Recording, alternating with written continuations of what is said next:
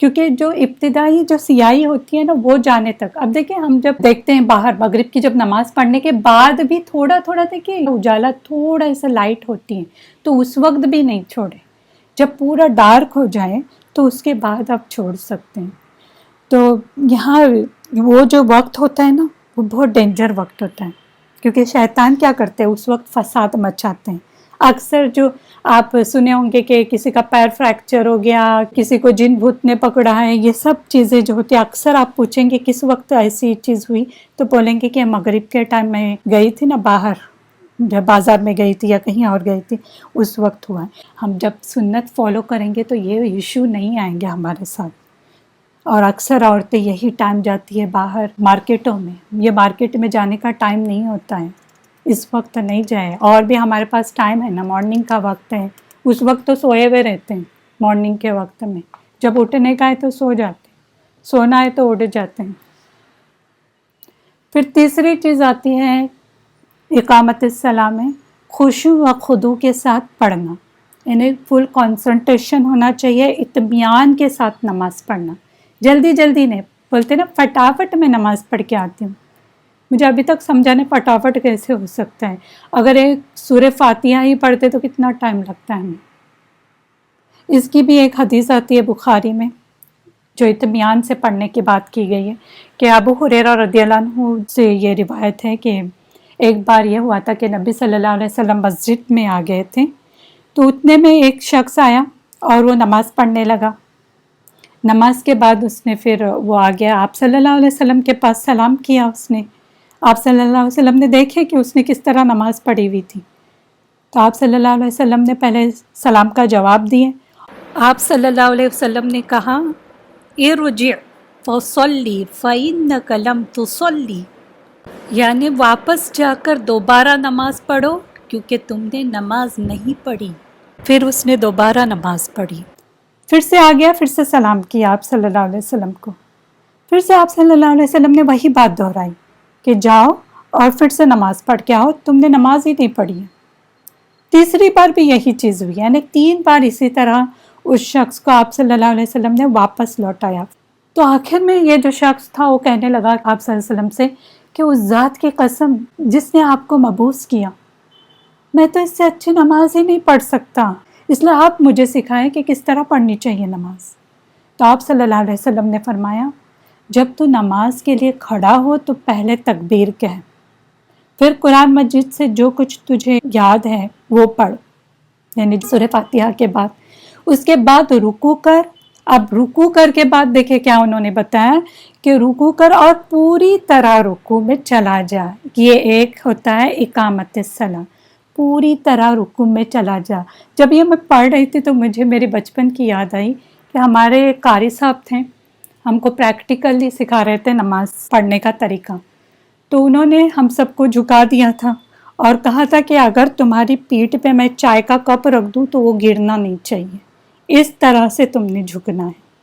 تو اس طرح سے جھکاتے تھے. اور کبھی کبھی یہ ہوتا تھا دیکھتے تھے کہ کوئی اسٹوڈنٹ جو ہے برابر جھکتی نہیں تھی, اس کے اوپر کتابیں لا کے رکھ دیتے تھے, بولتے دیکھے گر گئی, یہ گرنی نہیں چاہیے. تو اس طرح سے پریکٹیکلی انہوں نے ہمیں گائیڈ کیا ہوا تھا, الحمدللہ, اللہ انہیں جزائے خیر دے. تو رکوع کرنے کا طریقہ ایسا ہونا چاہیے کہ سجدے کی طرف نگاہیں اور رکوع پراپرلی کرے کہ کچھ اگر پیٹھ پہ کس نے رکھا تو گرنا نہیں چاہیے. تو آپ صلی اللہ علیہ وسلم نے کہا کہ رکوع میں پوری طرح چلے جاؤ, پھر سر اٹھا اور پوری طرح کھڑا ہو جا. یہ بھی ایک اقامت الصلاۃ میں آتا ہے. اکثر لوگوں کو آپ نے دیکھے ہوں گے کہ رکوع آدھے جھکتے نہیں کہ جھٹ سے کھڑے ہو جاتے, جھٹ سے سیدھے کھڑے نہیں ہوتے کہ سجدے میں چلے جاتے. یہ غلط طریقہ ہے.